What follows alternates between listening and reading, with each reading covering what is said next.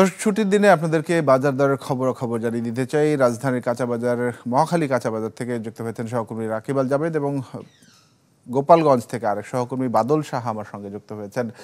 রাকিব, আজকে সাপ্তাহিক আরও একটি ছুটির দিন, আর রমজানেরও প্রথম ধাপটি প্রায় শেষ হতে চললো। সেক্ষেত্রে কোনো পরিবর্তন এসছে কিনা বাজারে? তেলের একটা সংকট ছিল এবং রমজানের শুরুর দিকে আমরা দেখেছিলাম যে বেগুন সহ অন্যান্য পণ্যের বেশ চড়া দাম ছিল লেবুর। এখন বাজারে কিছুটা সহনীয় পর্যায়ে এসছে কিনা, যেহেতু রমজানের কয়েকটি রমজান অতিবাহিত হলো?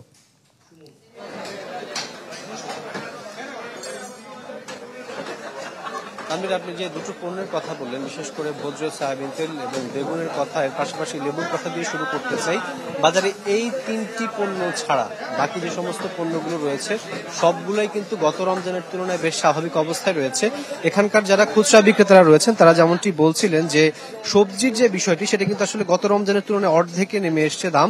শুধুমাত্র পেঁপে এবং আপনার হচ্ছে যে এখন নতুন করে শুরু হয়েছে আপনার বেগুন এবং এর পাশাপাশি হচ্ছে আপনার লেবু যেটি রয়েছে, এই তিনটি পণ্য কিন্তু খানিকটা আমরা দেখতে পাচ্ছি এক ধরনের অস্থিরতা চলছে।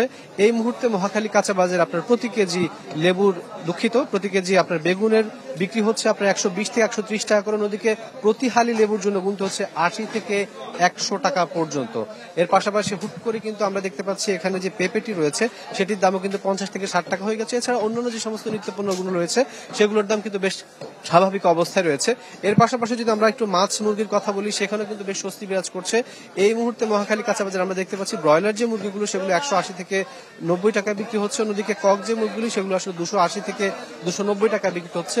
একইভাবে অন্যান্য যে মাছগুলো রয়েছে 300 থেকে 350 টাকায় যে সমস্ত চাষের মাছ সেগুলো পাওয়া যাচ্ছে। দেশি মাছের ক্ষেত্রে কিন্তু খানিকটা দামের পার্থক্য আমরা লক্ষ্য করছি। বিশেষ করে বাজার মনিটরিং কার্যক্রম রমজান আসার পর খানিকটা বৃদ্ধি পাওয়ায় কিন্তু এমন সুফল পাচ্ছেন বলে এখানকার যে খুচরা বিক্রেতা এবং ক্রেতারা রয়েছেন তারা আমাদেরকে জানিয়েছেন। এর পাশাপাশি রমজানের আরেকটি যে সমস্ত নিত্য পণ্যগুলো রয়েছে, বিশেষ করে খেসারির ডাল, ছোলা কিংবা অন্যান্য যে পণ্যগুলো রয়েছে সেখানে কিন্তু এক ধরনের স্বস্তি বিরাজ করছে।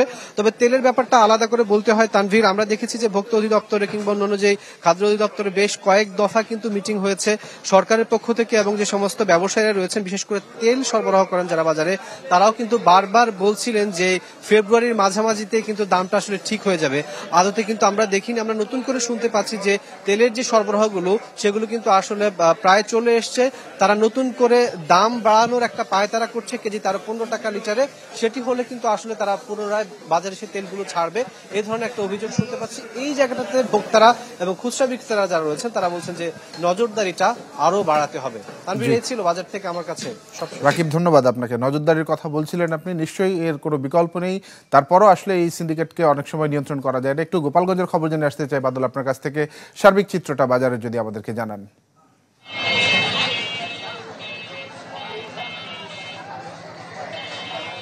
তানভীর, যদি আমি একটু শুরু করতে চাই আসলে সয়াবিন তেলের বাজারটা নিয়ে।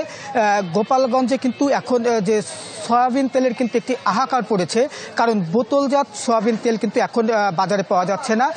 যারা ডিলার রয়েছেন এই বোতলজাত সয়াবিন তেলের, তাদের সাথে আমি কথা বলেছি, তারা জানিয়েছেন যে রমজান শুরু হওয়ার পর থেকেই কিন্তু গোপালগঞ্জে বোতলজাত সয়াবিন তেল পাওয়া যাচ্ছে না।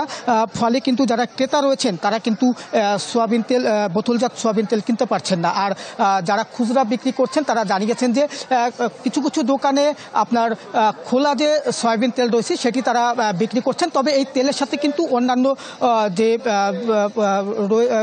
পণ্য রয়েছে সেটি কিন্তু কিনতে হচ্ছে। আর যদি আমি রমজানের যে বাজার রয়েছে সে কাঁচা বাজারের দিকে যাই, তাহলে আমি বলবো যে এই কাঁচা বাজারে কিন্তু কিছুটা দাম কমায় স্বস্তি ফিরেছে কিন্তু মানুষের মধ্যে। ছোলা কিন্তু বিক্রি হয়েছিল রমজান শুরুর আগে 110 টাকা, সেটি এখন 100 টাকায়।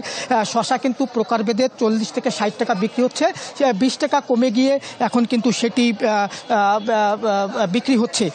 বেগুন 20 টাকা কেজিতে, 20 টাকা করে কমেছে, বিক্রি হচ্ছে 40 থেকে 50 টাকার মধ্যে।